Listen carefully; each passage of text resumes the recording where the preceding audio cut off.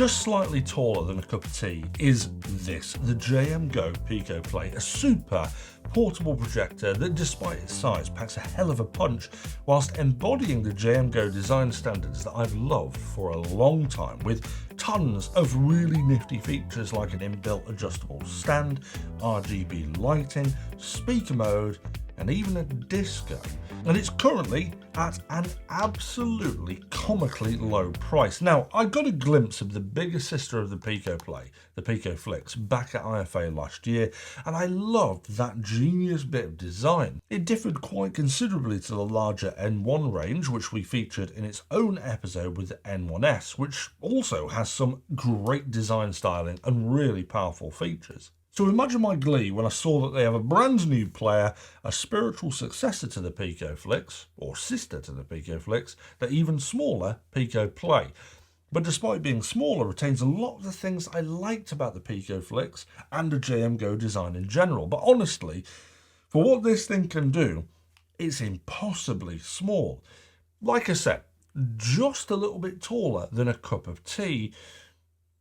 Perhaps a closer size comparison is a cold can of beer, but I don't want to encourage day drinking. But it does look quite nice. Now, one of the best things about JMGO products is that all of them, as far as I'm aware, come with a rather unique Genius inbuilt stand.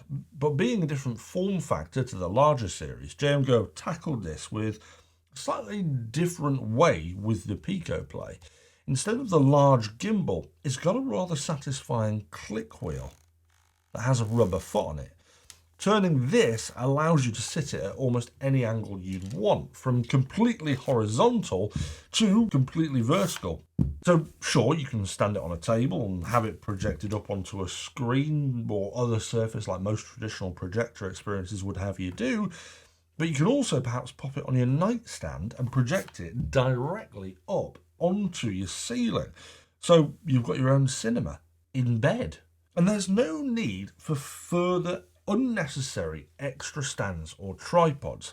One limitation, however, is that it can't be pointed downwards, so you can't have it high on a shelf to project the image lower. The motion of the adjustment and the lack of rubber feet on the top side stop you from doing that. It will be rare that you'll find yourself in that situation, but it's a limitation on what is otherwise a very flexible inbuilt system.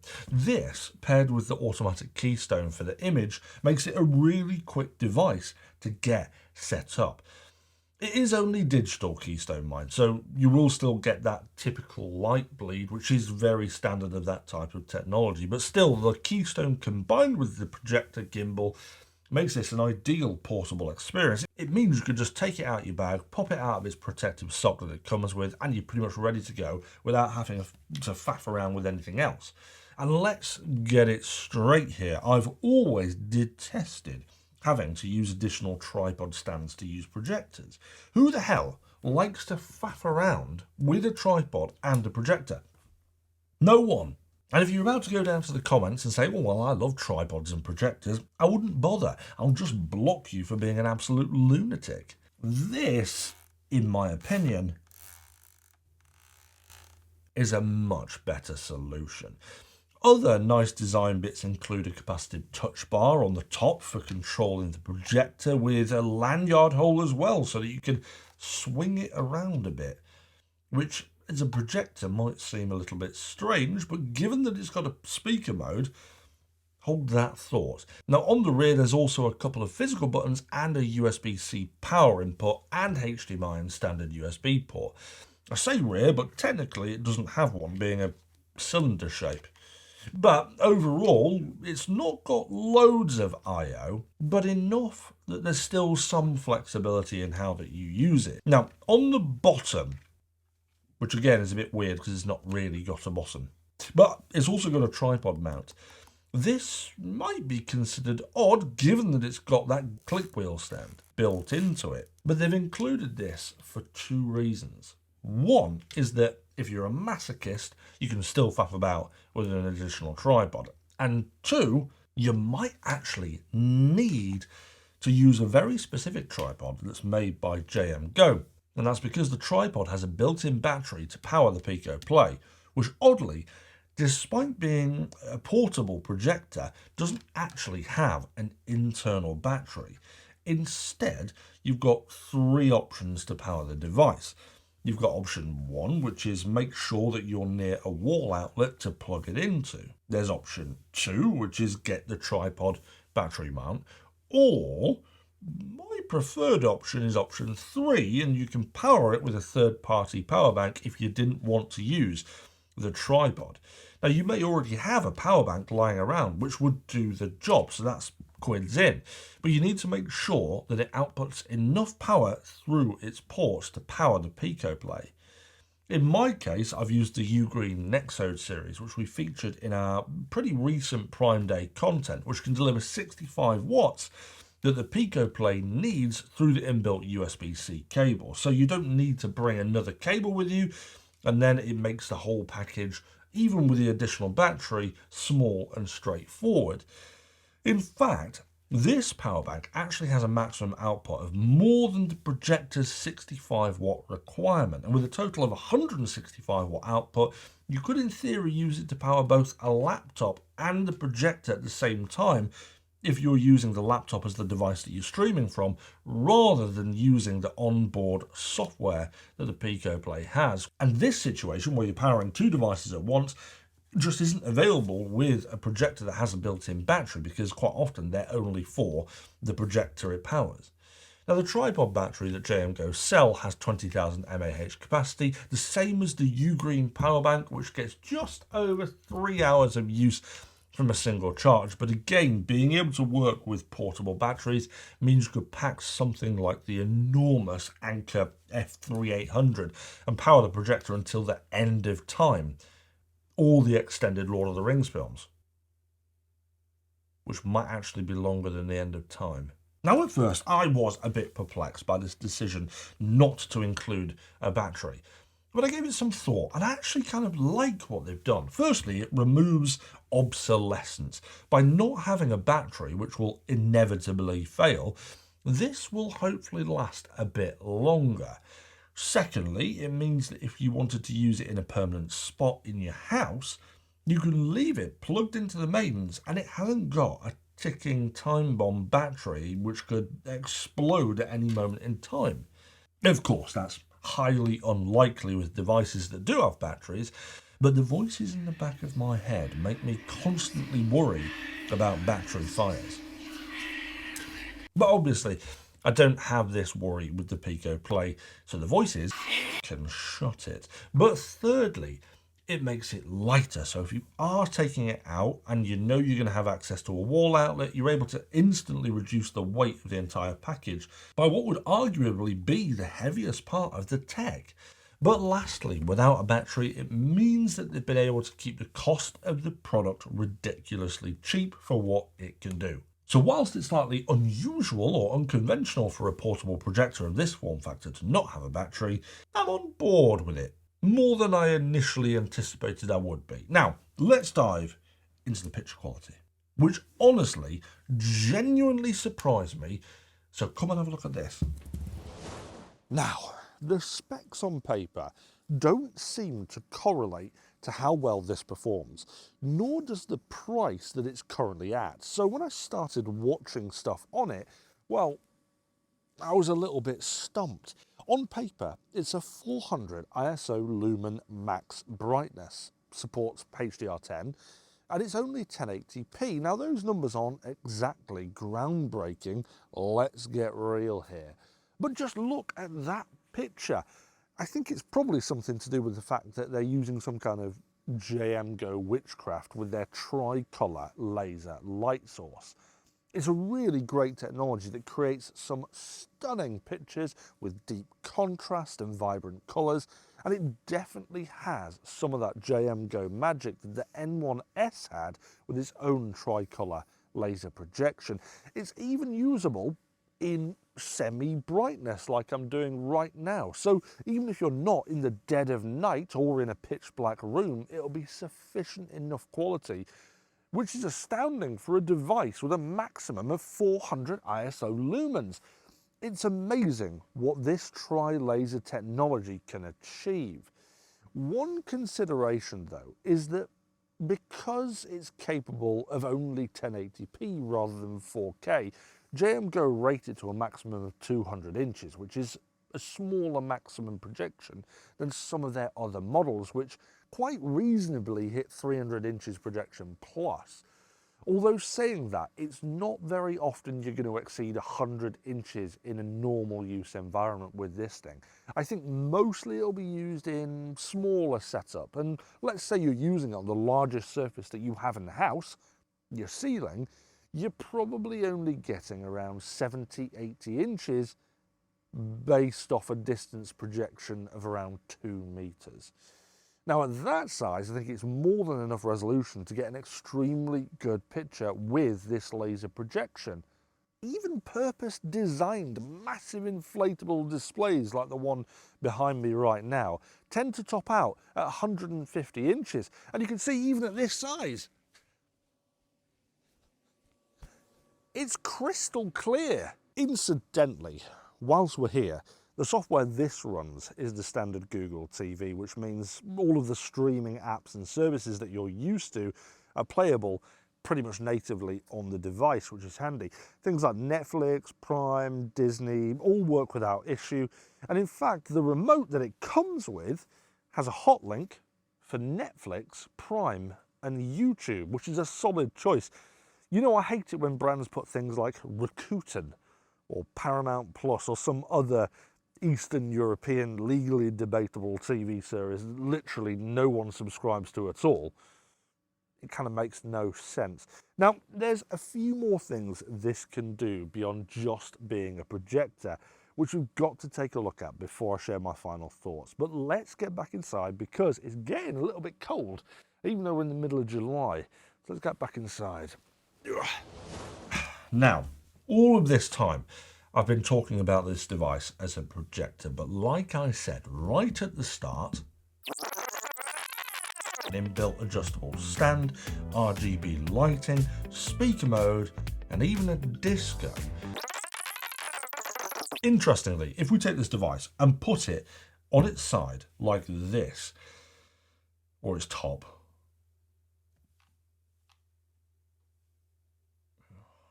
again, I'm not... Is that the side of a cylinder? Either way, the side actually has a rubber ring, or the bottom has a rubber ring, which is on the side of the adjustable mount. That's probably easier to say. Now, this means that we can stand it upright, turn it on, and use it as a speaker without projection. Now, I think this is very much a side quest equivalent of a feature because it's certainly usable, but I wouldn't say that it's better than a dedicated speaker, certainly of products of a similar size. I mean, let's face it, it can't possibly be due to, well, physics. The amount of space in any device is finite, and whereas portable speakers have 100% of the internal space focused on sound and a battery, this has most of its insides focused on being a projector, which its primary function is. But with that said, it's not bad. Have a listen to this.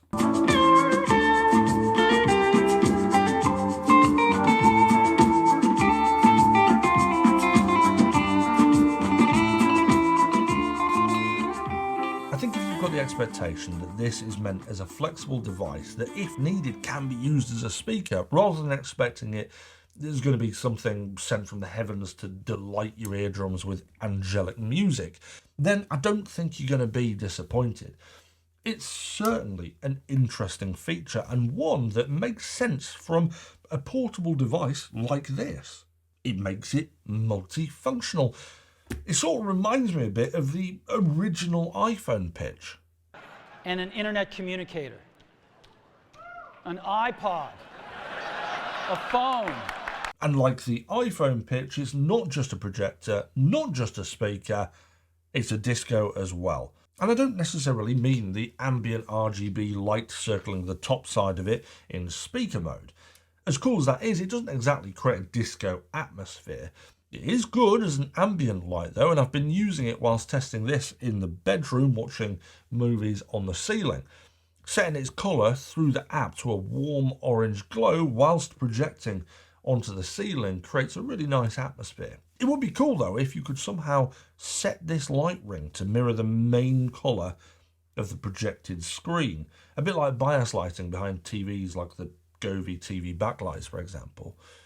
Shouldn't be too hard to do, I say with absolutely no electrical engineering or coding knowledge, but I'm sure that it's as easy as buttering some toast for some people.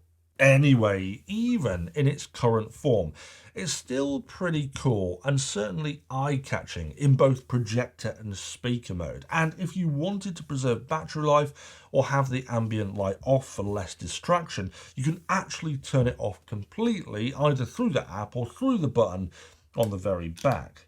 But anyway, back to the disco, which is instead inside this thing, which is basically half a crystal maze crystal. Popping that into the front turns this projector into an ambient disco style projection. I'll likely never use this feature myself. As a millennial, I'm a raging hermit with absolutely no desire to have real life connections, let alone a party to use this. But this is the kind of thing my kids will go mad for, and it makes this device a hugely multifunctional piece of kit, I say again, which for the price that JMGO are currently charging is quite simply mental. Now, I've only got the US pricing to hand because I've had this pre-release, but from my understanding, the RRP is $499, which I think is very, very reasonable. However, it's a newly launched product, so JMGO are offering an introductory special offer, bringing this down to just $299. Which I think is potentially unbeatable value. I'll drop a link below for you, and for those watching on TV, you can whip out your phone, that is, and scan this QR code right here to find out a little bit more. But genuinely, I can't believe how much you're getting for $299. You're not just getting a decent laser projector, you're getting a speaker, a projector, an ambient lighting experience, and a disco, all wrapped into one product. Sure, it might not be the absolute best ambient light or best speaker or best projector, but $299, the projection quality really is unreal. A laser projector for $299, that's almost unheard of. Going back a year, you'd be paying thousands for this type of technology. If you can pick it up still for $299, do it, because I really don't think you're going to find something with as good a projection quality as this for that price. And it's for that reason I think this could very well be the best value of any projector I've ever tested. It's not perfect. It's obviously sacrificed a few things to be the product that it is at the price point that it's at, such as the lower resolution at 1080p or lack of inbuilt battery, but I think JMGO have struck a balance here, dropping some features, lowering others, and even including some that I didn't expect to ensure to keep the price as low as they have done. Perhaps the one last thing that I wish they hadn't downgraded or lowered the cost of is the case. The larger N1S came with this awesome styrene style hard case with a clip lock, which I really genuinely liked. But that projector wasn't really considered a portable projector, so it had no right to have such a good case. The sock that comes with the PicoPlay, a projector designed for portability, is about as protective as using a motorbike helmet out of crepe paper. If I drop it, it's going to break. So they've kind of got it the wrong way round, if you ask me. I'd have loved a smaller version of that for this, the PicoPlay, although I do recognise that this would add bulk to the portable experience, which is obvious that JMGO have tried to avoid at all costs to make this the best projection experience they could in as small a form factor as they could manage. So I guess it's really swings and roundabouts. You can't have protection without bulk. It's just a matter of preference. But overall, whilst it's not going to replace some of the big boy 4K projectors like the N1S, this is still an absolutely killer little projector that's great for simple and easy experience with quality projection in an ultra small form factor at an unbeatable price. It's pretty good. But what do you think? Are you just as surprised about the price as I was? Let me know your thoughts in the comments below. And if you do end up getting the JMGO PicoPlay, make sure you come back and let us all know your thoughts in the comments below as well. But other than that, guys, if you enjoyed today's episode, don't forget to hit that thumbs up and subscribe button, and I'll see you back for another episode of STU'S Reviews soon.